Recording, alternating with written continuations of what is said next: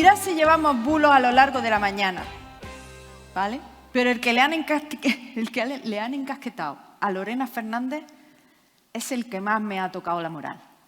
Dicen que es la única persona que ha estudiado ingeniería informática y aún así ha perdido la virginidad. Pero vaya, de verdad, que vaya chorrada más grande. Lo raro no es que haya perdido la virginidad siendo informática.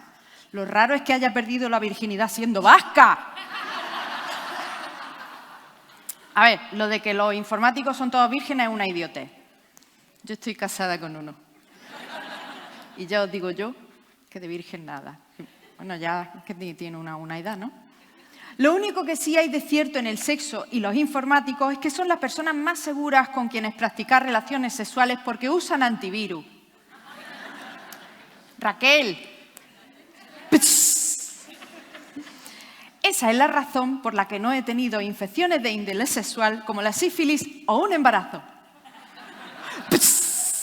Vale, resuelto el bulo de nuestra siguiente doña, ya sabemos que no, os voy a dejar con ella. Lorena Fernández no solo es vasca e ingeniera informática, sino que también es directora de comunicación digital de la Universidad de Deusto y está especializada en investigación, inteligencia artificial y perspectiva de género. Viene a hablarnos de el efecto Eliza. Lorena Fernández Álvarez.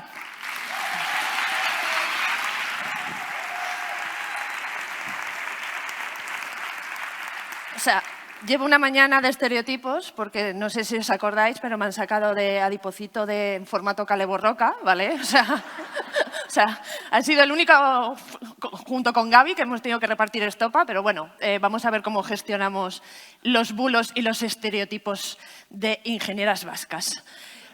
Vengo aquí a hablaros de la tecnología y vengo aquí a hablaros cómo desde tiempos inmemoriales nos llevan engañando a través de la tecnología con una palabra clave que solo diré una vez porque me cuesta muchísimo, que es antropomorfización. Ya está, ¿vale? ¿Qué es esto? Conferirle capacidades humanas, tanto físicas como emocionales, a la tecnología. Y de hecho vamos a empezar por el primer caso, que me voy a ir un poquito muy hacia atrás, porque estamos hablando de 1769. Nos vamos a la corte de María Teresa I de Austria y de repente uno de sus consejeros de la corte, que era inventor y ajedrecista, Kempelen, inventa el autómata el turco. El autómata del turco, no sé si recordáis la película Big, que salía ese famoso autómata con turbante y demás. Lo que decían, es que ya empiezo poniendo spoilers, lo que decían era que era un monstruo casi enorme que se movía delante de un tablero y era capaz de vencer a las mentes más brillantes de la época. Y fijaos, Kempelen se lo llevó por toda Europa, derrotó a Benjamin Franklin, derrotó a Charles Babbage y de hecho Charles Babbage dijo, este autómata con estos mecanismos, yo creo que aquí hay un gato encerrado. Pero bueno, lo que no había era gato encerrado, lo que había era un señor muy chiquitito debajo del autómata, que era un experto ajedrecista y a través de los ojos del autómata y con un juego de espejos conseguía ver el tablero y por tanto hacer los movimientos del turco. Y claro, diréis, hombre, pero un ajedrecista contra otra persona que sabe jugar bien al ajedrez, pues cualquiera puede ganar.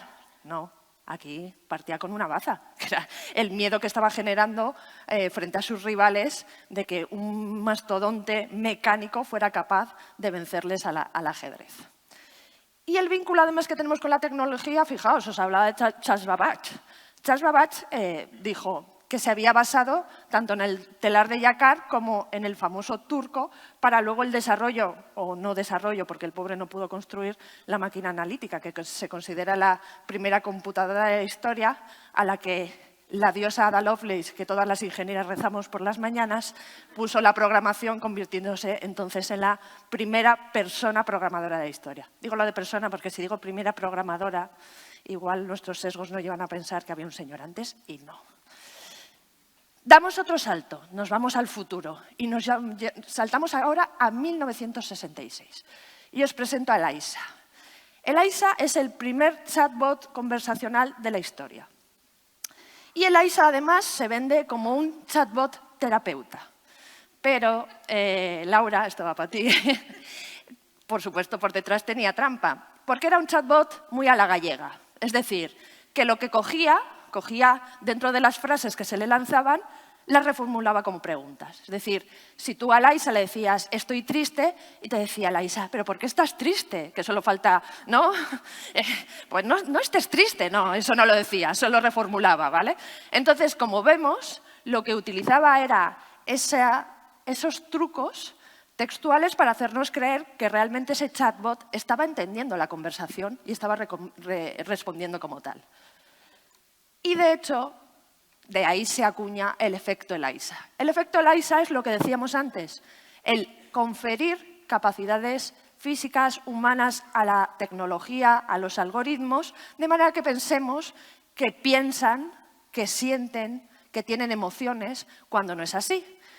Y una cosa que yo descubrí especializándome en seguridad es que a veces es más efectiva la ingeniería social que la programación explícita, porque muchas veces podemos confundir con trucos psicológicos y pasar, por ejemplo, el famoso test de Turing, ¿no? Ese chatbot ELIZA nos podría llevar a pensar que es que detrás hay una máquina que tiene conciencia y que está respondiendo con conocimiento. Y claro, las tecnológicas dicen, ¿perdona?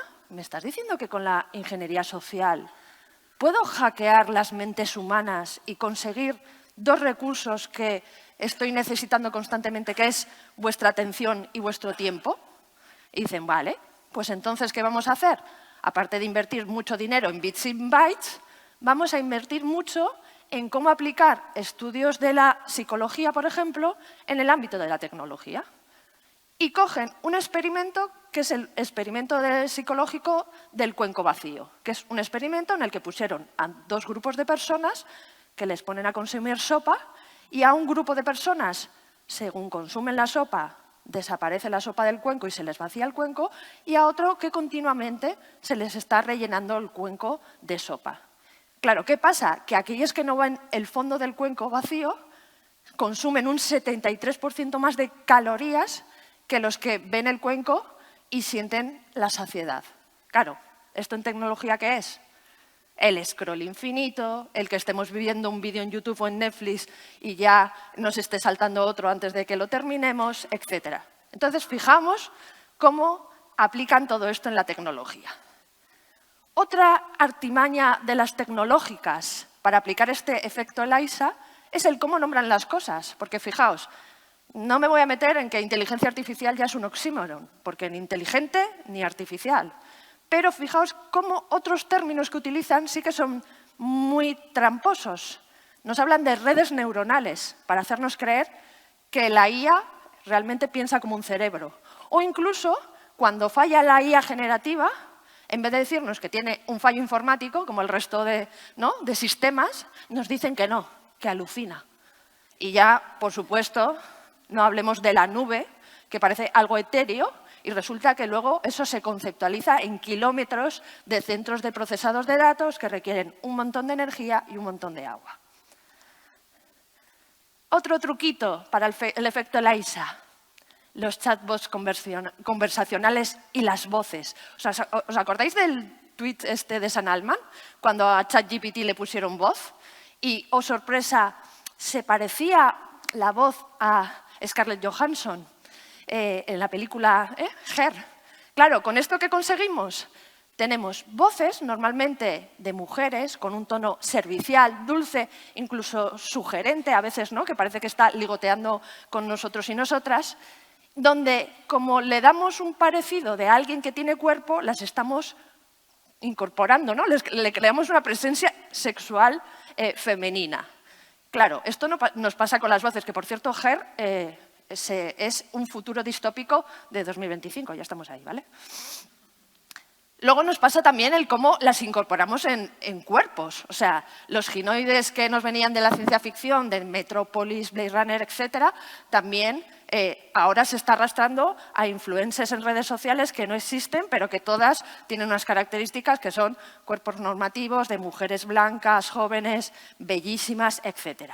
Y de hecho, os voy a presentar una de estas que surgió hace absolutamente, igual no sabéis cuándo. Hola, me llamo Eileen y soy la nueva asistente virtual del Audi Q6 e-tron. Te parecerá extraño, porque los asistentes virtuales siempre han sido solo una voz. Hasta ahora. Yo puedo hacer cosas que no esperarías, como tener esta imagen o responder a más de 800 peticiones. Por ejemplo, enséñame las estrellas, ahora. O predecir la temperatura a la que te gusta estar. Y mucho más, porque soy tan avanzada que aprenderé de ti. Soy la primera asistente virtual a la que podrás mirar a los ojos. ¿Y por qué tengo esta imagen? Soy el resultado de miles de horas de innovación y la fiel representación de los valores Audi. A partir de ahora, yo represento la vanguardia y voy a mostrarte nuestros últimos avances. Vamos a conocernos más. Eileen, rompiendo todos los estereotipos, ¿verdad? No me lo esperaba así. 2024, ¿vale? Y, por supuesto, más técnicas que utilizan de engaño en todo esto. La IA nos hace la pelota. O sea, nadie me dice cosas tan bonitas como qué buena pregunta que me responde la IA. O, a veces siento que esto es abrumador. Y yo, incluso, fijaos, esto en el informe de la UNESCO, el Siri, llegó un momento en el que si le llamaban zorra, ella respondía, ¡ay, me sonrijaría si pudiera! O sea, fijaos qué tipo de respuestas, ¿vale? ¿Por qué? Porque quieren que generemos empatía. De hecho, hay muchos estudios que han demostrado que en cuanto las máquinas tienen unas características humanoides, las personas empatizamos. O sea, hay un estudio en el que si tú ves a una persona insultando una rumba, dices, no te pases con ella. O incluso también estudios en los que le cortan los dedos a un robot y, pero por favor, ¿qué hacéis? ¿No? O sea, están buscando generar la empatía. Y claro, ¿cuál es la problemática de esto? Pues el impacto que va a tener en nuestras realidades. Porque nos están generando una vida perfecta, una simulación perfecta. Y claro, las relaciones humanas no son perfectas, están de hecho muy lejos de ser perfectas.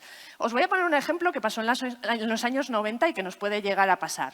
En los años 90, las operadoras telefónicas pusieron como unas líneas de ligoteo, que tú podías llamar y te cruzaban con otra persona y empezabas a ligar. Claro, ¿qué pasaba?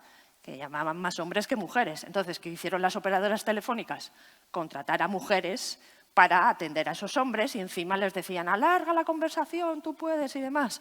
Claro, los hombres entonces empezaron a acostumbrarse a esas mujeres que les doraban la píldora y cuando les pasaban a una mujer real con la que sí que podían ligar, no querían, decían que les pasaran a otras. Pues podemos estar ahí. Y tenemos también una tercera problemática que es que la IA a veces nos esconde el trabajo manual y precario que hay detrás de ella. O sea, todas las personas que se dedican a moderar contenido, a etiquetarlo, a producir datos, que normalmente están en países del sur global, que cobran una nada. ¿Y por qué nos lo ocultan? Porque nos quieren seguir vendiendo que es una tecnología milagrosa. De hecho, en enero de 2025 han hecho un estudio que dice que aquellas personas que tienen menor alfabetización digital en inteligencia artificial son las que más van a utilizar estas herramientas porque creen que son magia. Esto nos lleva al truco final del mago, el sesgo de automatización. Creer que las máquinas van a tomar siempre mejores decisiones que los humanos y, por tanto, delegar esas decisiones en esas empresas tecnológicas. Tenemos, por tanto, un turco que nos gana el ajedrez. ¿Por qué? Porque juega con la ventaja de hacernos creer que es humano, milagroso y poderoso. Y lo que tenemos que tener en cuenta es que estos nuevos dioses tecnológicos, por detrás hay poderes que lo que no buscan es precisamente el bien común. Muchísimas gracias.